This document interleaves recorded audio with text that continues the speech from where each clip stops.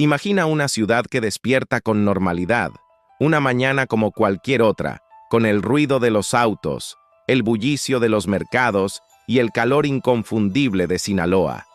Pero lo que nadie sospechaba era que ese jueves se convertiría en una fecha que marcaría la historia reciente de México. Aquel 17 de octubre de 2019, Culiacán se transformó en un campo de batalla. A ese día se le conoce como el Culiacanazo, o como muchos prefieren llamarlo, el Jueves Negro. Una jornada que exhibió ante el mundo el poder del crimen organizado, la fragilidad del Estado y el miedo de una población atrapada entre dos fuegos. Todo comenzó con un operativo planeado por las fuerzas federales mexicanas. La misión era clara: capturar a Ovidio Guzmán López, uno de los hijos de Joaquín El Chapo Guzmán, líder del cartel de Sinaloa. Aquel grupo que durante décadas había controlado el tráfico de drogas, las rutas internacionales y buena parte de la economía criminal del país. Ovidio, conocido como El Ratón, era señalado como pieza clave en la estructura del cartel.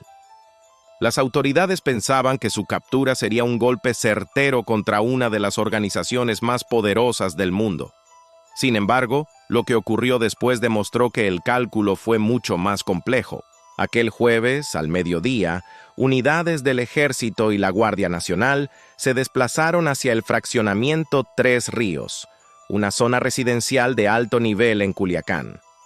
Las cámaras de seguridad captaron el inicio de un operativo aparentemente controlado. Pero en cuestión de minutos, todo cambió. Los disparos comenzaron a resonar en distintos puntos de la ciudad. En las calles, la gente corría. Los comercios bajaban sus cortinas, las escuelas cerraban sus puertas. Nadie entendía del todo qué estaba pasando. Lo que se desató fue una respuesta inmediata y feroz del cártel de Sinaloa.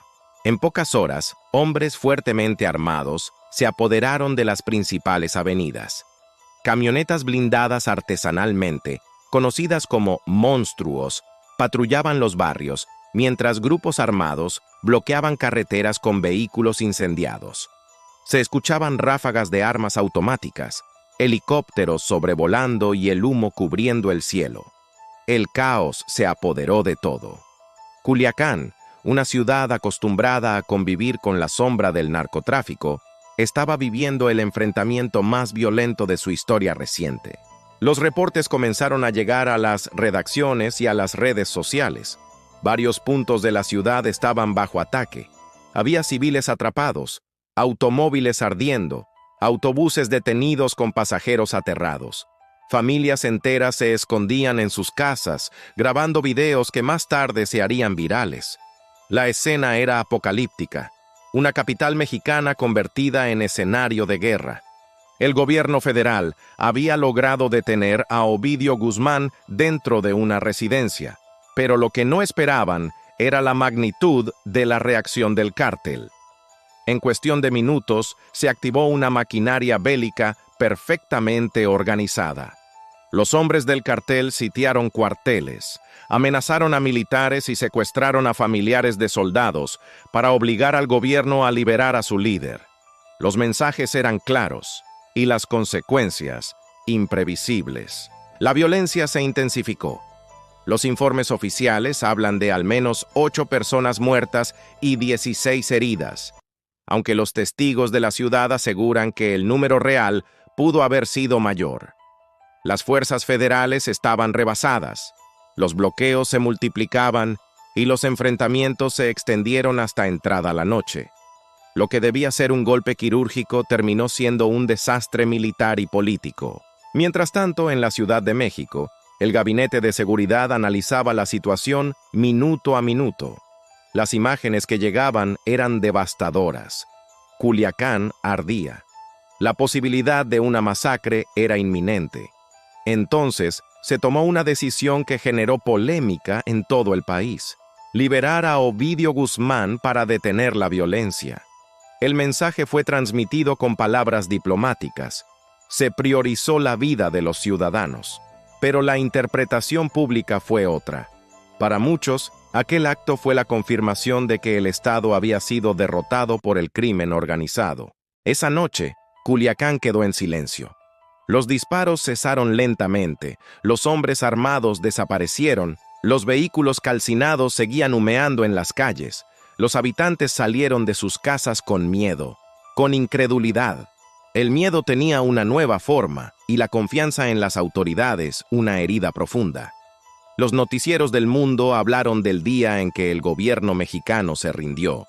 Al día siguiente, las imágenes mostraban una ciudad devastada, autos reducidos a chatarra, fachadas llenas de impactos de bala, comercios destruidos, escuelas suspendiendo clases, calles vacías y un silencio que lo cubría todo. Culiacán despertó con la sensación de haber sobrevivido a una guerra. Los testimonios eran desgarradores. Madres que se escondieron con sus hijos bajo las camas, personas que pasaron horas atrapadas en sus vehículos, soldados que resistieron sin saber si verían otro amanecer. Las consecuencias políticas fueron inmediatas. El gobierno fue duramente criticado por haber cedido ante la presión del crimen organizado. Sin embargo, otros argumentaron que la decisión de liberar a Ovidio había salvado cientos de vidas inocentes. El dilema era moral y estratégico. ¿Era preferible una derrota institucional o una masacre en plena ciudad? Esa pregunta todavía hoy no tiene respuesta unánime. El culiacanazo dejó lecciones amargas. Mostró que el crimen organizado no solo tiene poder económico o logístico, sino también capacidad de combate, comunicación y estrategia militar. Demostró que las operaciones sin inteligencia completa pueden poner en riesgo a toda una población y, sobre todo, reveló que el miedo puede ser más poderoso que cualquier decreto.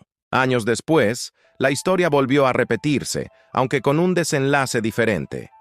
En enero de 2023, las fuerzas federales lograron capturar nuevamente a Ovidio Guzmán, esta vez en Jesús María, otro poblado de Sinaloa.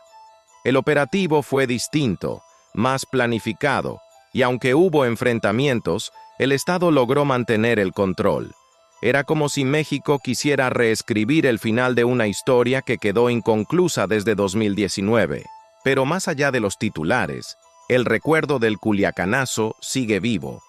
En la memoria colectiva, aquel jueves es el símbolo del miedo, del poder criminal y de la vulnerabilidad del Estado.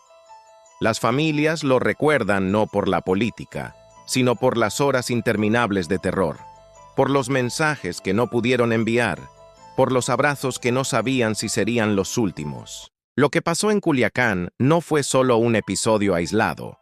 Fue el reflejo de un país donde la frontera entre el poder del Estado y el poder del crimen se difumina, donde una decisión puede cambiar el curso de la historia, donde la paz no siempre significa justicia y la justicia no siempre garantiza seguridad. El culiacanazo nos deja una pregunta abierta. ¿Qué tan preparado está un gobierno para enfrentar a un enemigo que no teme morir?